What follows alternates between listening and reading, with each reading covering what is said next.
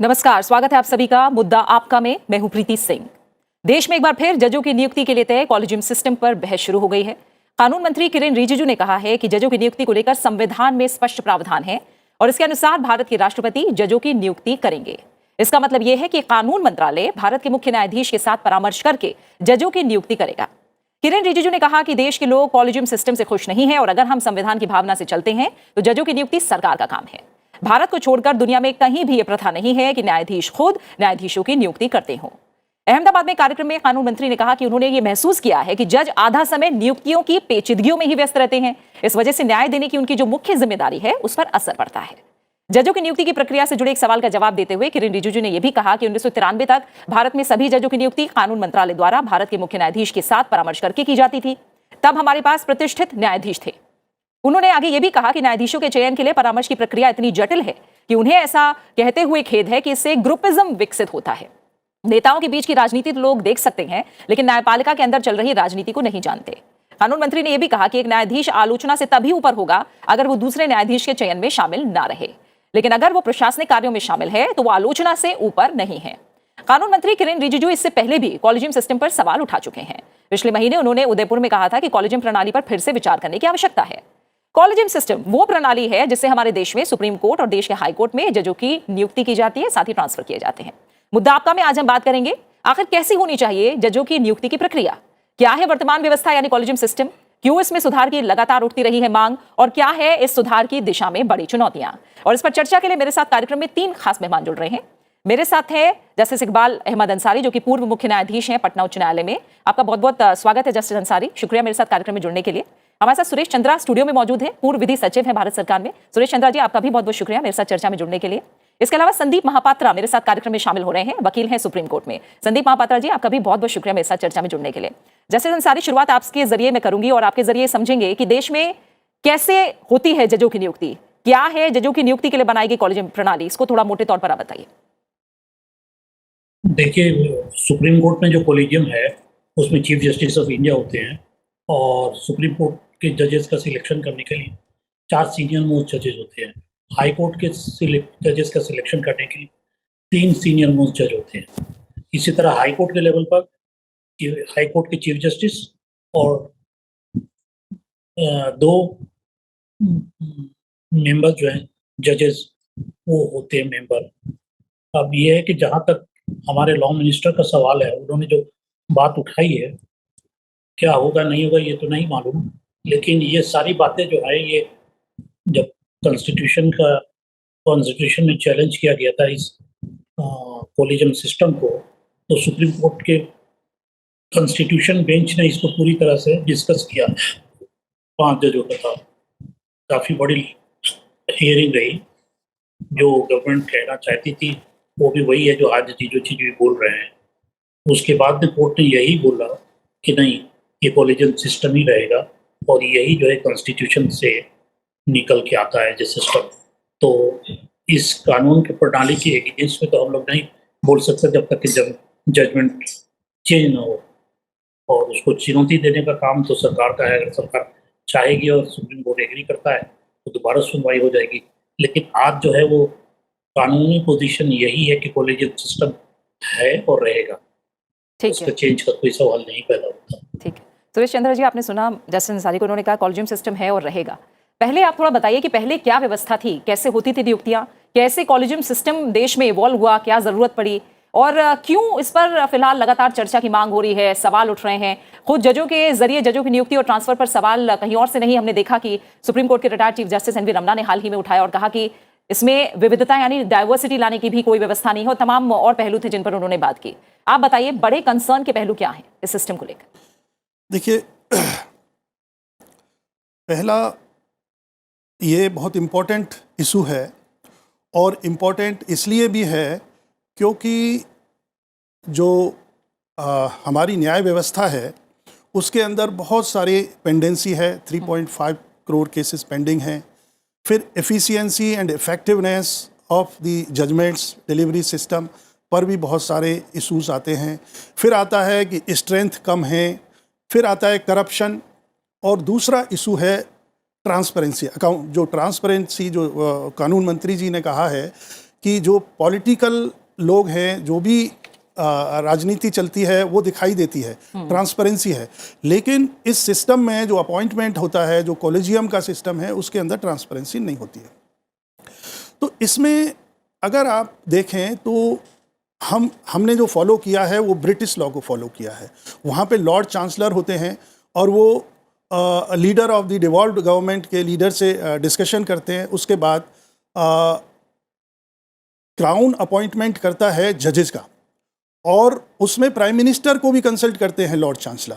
तो जो judicial appointment committee वहाँ पर है, कमीशन है, वो एक तरह का दोनों जुडिशरी और एग्जीक्यूटिव का लेकर के साथ चलते हैं। ये व्यवस्था 1993 से पहले, supreme court advocates on record से पहले यही व्यवस्था थी कि नॉर्मली जो रिकमेंडेशंस होती थी आफ्टर कंसल्टेशन ऑफ द जजेस, चीफ जस्टिस ऑफ इंडिया जो रिकमेंडेशन करते थे उसको सरकार नॉर्मली अपॉइंट करती थी, लेकिन उसके पास ये अधिकार था कि वो उसको माने या नहीं माने। लेकिन पहली बार देखिए, जो कॉलेजियम सिस्टम है ये तो आया 1977 में एक जजमेंट था जिसमें ये union of India versus SC सेठ, उसके अंदर ये जजमेंट उन्होंने कहा कि अगर ट्रांसफ़र वाले केसेस में अनब्रिडल्ड अनफेटर्ड पावर्स अगर एग्जीक्यूटिव को दे दी जाए तो चेक्स एंड बैलेंसेस नहीं रहेगा, वो डिस्टर्ब हो जाएगा। SP गुप्ता में जो फर्स्ट जजेस केस है, जिसमें एक जजेस थे पटना हाई कोर्ट से चेन्नई मद्रास हाई कोर्ट में ट्रांसफ़र हुआ था, वो चैलेंज हुआ था। और उसके अंदर एक लॉ मिनिस्टर का लेटर था जिसमें था कि 1/3 ऑफ द जजेस should be transferred from one state to another high court. इसमें सुप्रीम कोर्ट ने ये मानते हुए कि एग्जीक्यूटिव का से और एग्जीक्यूटिव की जो प्राइमेसी है वो होनी चाहिए, वो उन्होंने मानी। और कॉन्स्टिट्यूशन में जो कंसल्टेशन वर्ड यूज हुआ है, in consultation with the chief justice of India और इन कंसल्टेशन विद द जजेस ऑफ द सुप्रीम कोर्ट और द जजेस ऑफ द हाई कोर्ट, उन्होंने ये इंटरप्रिटेशन दिया कि ये कंसल्टेशन मीन्स कंसेंट। तो एग्जीक्यूटिव की जो पावर थी वो उन्होंने लिमिटेड कर दी 1993 के बाद।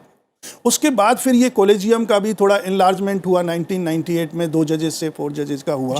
तो ये हमारी प्रोसेस रही है। और जैसे कि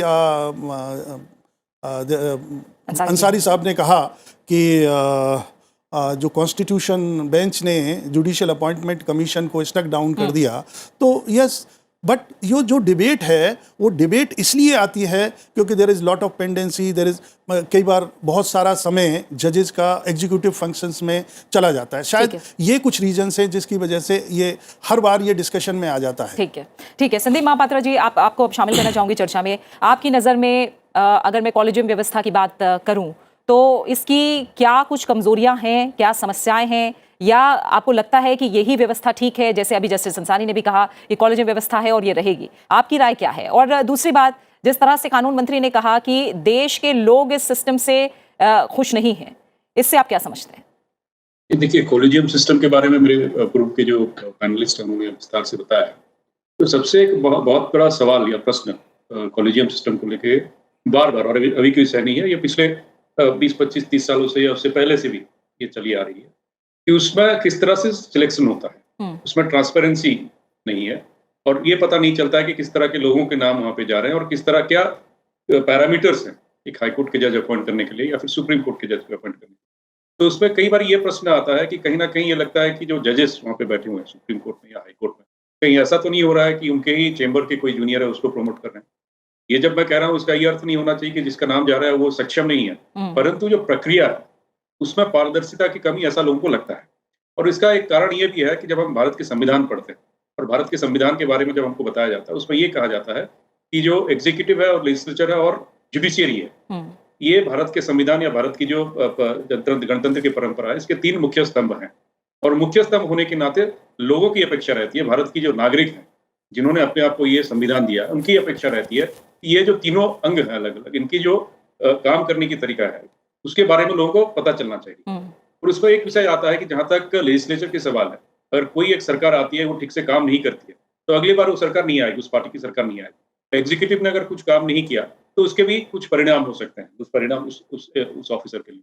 परंतु लोगों के मन में ये प्रश्न आता है कि जो जुडिशियरी में होते हैं और जो संवैधानिक पद में आसीन होते हैं, तो चाहे हाई कोर्ट के जजेस होते हैं और सुप्रीम कोर्ट के जजेस जो होते हैं, उनके कामकाज क्या संविधान संगत जो पारदर्शिता की बात हम कर रहे हैं वो है या नहीं, ये तो पहला समस्या है। दूसरी समस्या, जहां तक ये सिस्टम किस तरह से बदला जाए या फिर उसमें कुछ बदलाव आना चाहिए क्या, तो एनडीए सरकार ने जब 2014 में एनजेएसी बिल पारित करके, और हमें ये याद रखना पड़ेगा कि वो ऐसा एक बिल था जो कि भारत के 2/3 राज्यों ने या आधे राज्यों ने उसको पारित किया था। संसद के दोनों सदनों में 2/3 बहुमत से उस बिल को पारित करके उसको एक लेजिस्लेशन का, एक एक्ट का दर्जा दिया गया था, और उसको फिर तुरंत बाद उसको सुप्रीम कोर्ट में चैलेंज किया गया। सुप्रीम कोर्ट ने 4-1 का जो निर्णय दिया, उसमें जस्टिस चलमेश्वर ने जो बातें रखी है, आज भी इस समय में भी काफी महत्वपूर्ण है। मुझे लगता है कि उस समय सुप्रीम कोर्ट के पास एक अवसर था कि जो एक्ट पारित हुआ है उसको निरस्त ना करते हुए, जैसे एक अंग्रेजी में शब्द है रीडिंग डाउन, उसमें कुछ ऐसे प्रावधान करते कि जो प्रावधान लगता है जुडिशरी को कोई न्याय संगत नहीं है या फिर संविधान संगत नहीं है, उसको अलग करके रखना चाहिए था, और बाकी जो एक्ट उसको इम्प्लीमेंट करने के लिए उपाय सोचने चाहिए थे। मैं यहाँ पे आपको ये भी बता दूं कि उस समय सुप्रीम कोर्ट ने उस सरकार को, और सुप्रीम कोर्ट में ये हुआ था कि एक एमओपी, मेमोरेंडम ऑफ प्रोसीजर के बारे में बात होगी, लेकिन आज उस जजमेंट को लगभग 7 वर्ष हो गए हैं। उस मेमोरेंडम ऑफ प्रोसीजर के बारे में किसी को पता नहीं है, मुझे जहाँ तक ध्यान है। तो मुझे लगता है कि समय आ गया है कि इस बारे में और चर्चा, एनजेएसी में अगर कुछ असंगति थी उसको किस तरह से दूर किया जाए, और वर्तमान के जो कोलेजियम सिस्टम है, अगर जहाँ तक जस्टिस अंसारी ने कहा कि ये उचित बात है, जब तक ये न्याय व्यवस्था जो ये व्यवस्था है कोलेजियम सिस्टम रहेगी, परंतु उसके बारे में हमें चर्चा करना चाहिए कि पिछले 70 वर्षों में जो सुप्रीम कोर्ट का जो कामकाज का रहा है, और खास करके 1993 के बाद जिस तरह से जुडिशियल अपॉइंटमेंट हुआ है हायर जुडिशरीज में, उसके जो प्रोज एंड कॉन्स हैं उसको लेके हमारे पास एक बहुत बड़ा एक्सपीरियंस जिसको कहते हैं, और लिटरेचर भी अवेलेबल है, उसके बारे में चर्चा होनी चाहिए, ताकि एक ऐसी व्यवस्था बने जिसमें लोगों को, जो भारत की जनता है, भारत की जो नागरिक है, उसको भी लगे कि जो न्यायाधीश हैं उच्चतम न्यायालय के, उच्च न्यायालय के, उनके जो अपॉइंटमेंट प्रोसेस है उसमें भी हमारी कुछ भागीदारी है। बिल्कुल। जैसे अंसारी, जाहिर तौर पर सबसे बड़ा सवाल ट्रांसपेरेंसी को लेकर है, पेंडेंसी को लेकर है, और जिस तरह से अभी दोनों ही और गेस्ट ने, सुरेश चंद्रा जी ने और साथ ही महापात्रा जी ने बात रखी है, तमाम ऐसे अहम पहलू उठाए हैं जिन पर चर्चा की जाहिर तौर पर जरूरत है। ऐसे में आपको क्या लगता है, क्या कॉलेजियम सिस्टम में ही किसी और तरह का सुधार हो? क्योंकि हमने देखा जब एक्ट बनाने की बात हुई तो सुप्रीम कोर्ट ने उसे निरस्त कर दिया। आपकी नजर में क्या कोई ऐसा रास्ता हो सकता है जिसको हम इस दिशा में सुधार के तौर पर लें?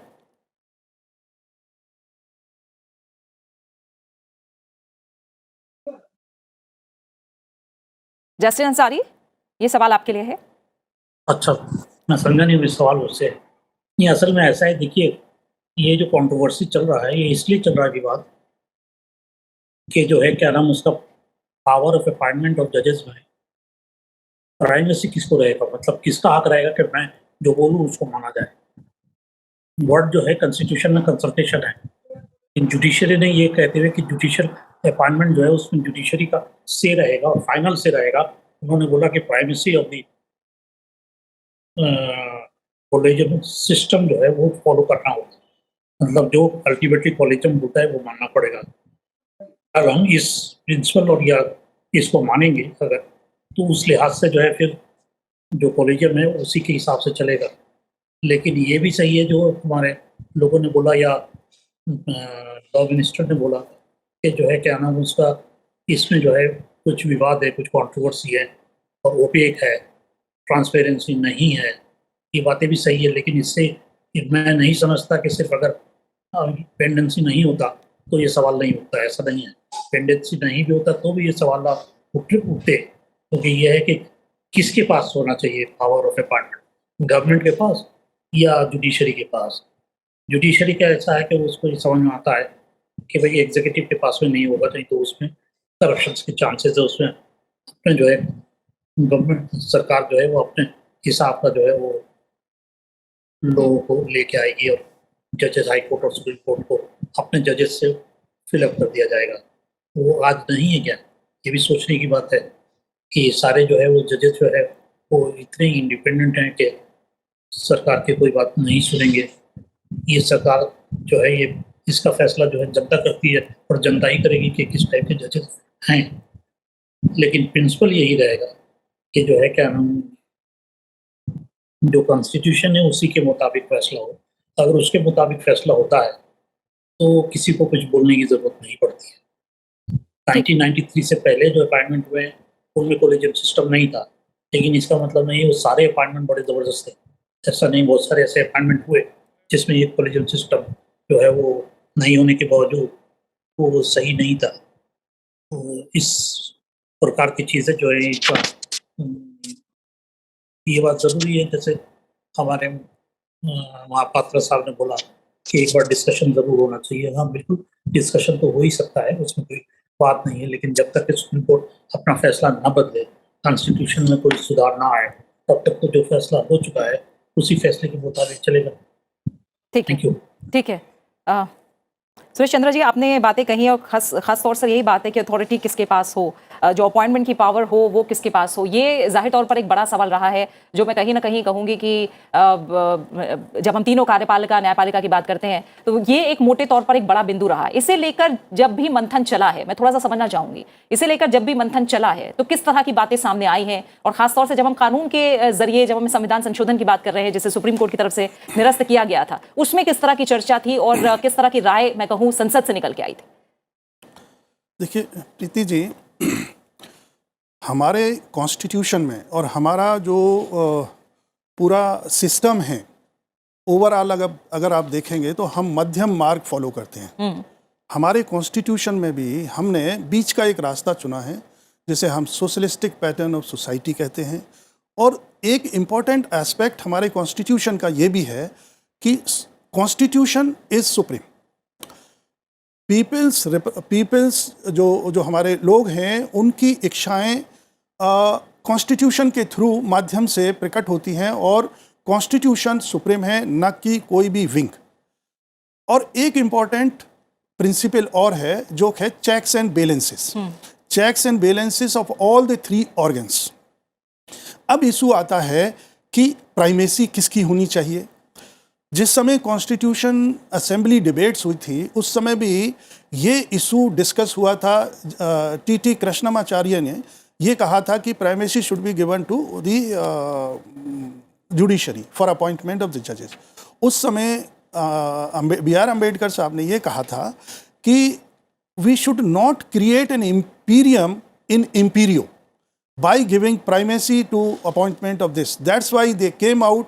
जो उनका कंसेप्ट आया वो था कि इस तरह का दिया कि उनको कंसल्ट करें और ये दें। और कंसल्टेशन वर्ड एक ही जगह यूज नहीं हुआ है कॉन्स्टिट्यूशन में, ये कंसल्टेशन वर्ड कई जगह यूज हुआ है, लेकिन इस कंसल्टेशन का मीनिंग सुप्रीम कोर्ट ने SCRA वाले जजमेंट में 93 में ये कहा कि it is binding on the government. अब क्योंकि ये बाइंडिंग हो गया है, it means what ever is जो भी सजेस्ट किया जाता है उस पर डिफर नहीं कर सकते, president has to appoint it. जबकि अगर पूरी हम व्यवस्था को देखें तो हमारे यहाँ सुप्रीमेसी होती है लोगों की, और लोगों की जो रिप्रेजेंटेटिव हैं पार्लियामेंट में जो बैठते हैं या जो सरकार चलाते हैं उनका कहीं पर भी से नहीं होता है। तो होता ये है कि इसके लिए जिम्मेदार कौन है? जिम्मेदार वो हैं कि जो आंसरेबल हैं लोगों को, या जिम्मेदार वो लोग हैं जो आंसरेबल उनको तो है नहीं, दे रहे आंसरेबल होते हैं पार्लियामेंट को, पार्लियामेंट उन्हें इम्पीच करे या दूसरे जो सिस्टम आए। तो ये बड़ा डिफ़िकल्ट इशू है। बट फिर भी क्योंकि हम फॉलो करते हैं कि थीसिस, एंटी थीसिस और सिंथेसिस, तो जब ये NJAC बनाया गया था उसके अंदर पूरा समावेश किया गया था कि 3 जजेस होंगे including chief justice of India, और 3 नॉन जुडिशियल मेंबर्स होंगे। तो किसी का बहुत ज़्यादा डोमिनेंस नहीं था। और मोस्टली हम भी जाते हैं कई बार, जो अपॉइंटमेंट ऑफ ट्रिब्यूनल्स मेंबर्स होते हैं, अपॉइंटमेंट ऑफ वेरियस कमीशंस में, जिसमें इन कंसल्टेशन चीफ जस्टिस या एक committee headed by the chief justice और जज of the supreme court nominated by the chief justice. तो एग्जीक्यूटिव्स वहाँ जाते हैं, नंबर में 4 या 5 होते हैं, लेकिन नॉर्मली होता यह है कि जिसको चीफ जस्टिस कह देते हैं नॉर्मली वही अपॉइंट होता है। मेरा कहने का तात्पर्य ये है कि कहीं ना कहीं चेक्स एंड बैलेंसेस होना जरूरी है, और इसीलिए ये डिबेट है। ठीक है, ठीक है। महापात्रा जी, आपको क्या लग रहा है कि NJAC जहाँ पर मैं कहूँ कि जिन बिंदुओं पर कानून को संविधान के मूल ढांचे के खिलाफ कहीं ना कहीं सुप्रीम कोर्ट ने माना था, क्या उन पर विचार के बाद एक बार फिर से विधेयक को लाया जाना चाहिए? बाकी बड़े लोकतांत्रिक मुल्कों की बात करें, क्या वहां से कुछ ऐसे उदाहरण हैं जो लिए जा सकते हैं? निश्चित तौर पे NJAC हो या फिर और कोई इस तरह के कानून के बारे में निश्चित तौर पे चर्चा शुरू करना चाहिए। ये एक विडंबना देखिए कि विषय जब भी हायर जुडिशरी की आती है भारत में, हमेशा कॉलेजियम के बारे में, कॉलेजियम की कमियां के बारे में हम लोग जरूर चर्चा करते हैं, परंतु उसके सुधार के लिए क्या पदक्षेप लिया जाए, क्या क्या किया जाए, उसके बारे में मुझे लगता है कहीं ना कहीं कम चर्चा है। क्योंकि एनजेएससी ने एक प्रावधान उसमें बनाया था और सुप्रीम कोर्ट को यह लगा कि अगर एनजेएससी के जो प्रावधान, जो कमेटी की बात कर रहे हैं, उसमें एग्जीक्यूटिव का ज्यादा रोल रहेगा, और उस कारण से सुप्रीम कोर्ट ने उसको निरस्त कर दिया।